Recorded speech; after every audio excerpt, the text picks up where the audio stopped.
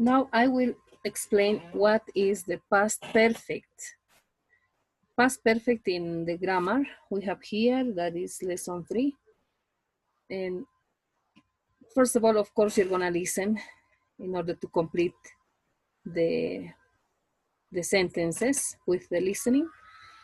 And I will explain you part B, that it says look at the active grammar box and write before or after to complete the rule. Okay, so what you have to write in this space is before or after. It says use the past perfect to talk about an action that happened, another action in the past. Okay, so here we have a timeline, and here we have, this is past so far, and this is now, as it says, now, present, and of course, future. Okay, so we are here in the part of past. So as you can see, we have two actions in this part, one and two actions that happened before now. I want you please now to tell me which one is first, because that wants to know. Here you have to complete with before or after. Okay, and it says by the time I was 16, I had visited 19 countries.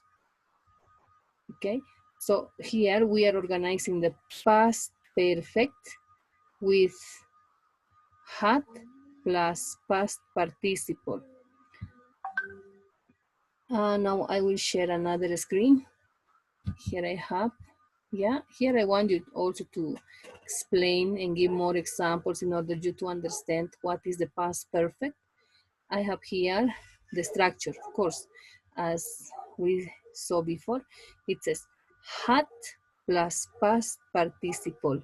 That is the past perfect. Okay, past perfect is organized. The auxiliary had plus a verb into past participle. Okay, auxiliary verb and auxiliary. Of course, it is the have, had. That is auxiliary and past participle. So also here I have my timeline. So here I have past, present, future. Where is located the past perfect? Here we have past perfect and the simple past. Okay, so now you can write in the active grammar box which one is first. Okay, past perfect, simple past. Let's see some examples. Here I have, when I arrived at my house, my children had fallen asleep. Okay, so what I am saying here is that when I arrived, so imagine that was last night, we're talking about last night. When I arrived at my house, so they were sleeping. Okay, so, and I am using simple past when I arrived at my house, and then I am using my children had fallen asleep. Another example, by the time I was 10, I had known how to cook. By the time I was 10, I had known how to cook. Next, I drank my juice at noon. It was very delicious because I hadn't had my breakfast. So today at midday, so at 12, at lunchtime, I drank my juice. Okay, I drank some juice. And I felt that it was very delicious. Why? Because I hadn't had my breakfast in the morning. Okay, as you can notice here, you can see And also you can notice from the colors that you have here, it says the purple is past perfect.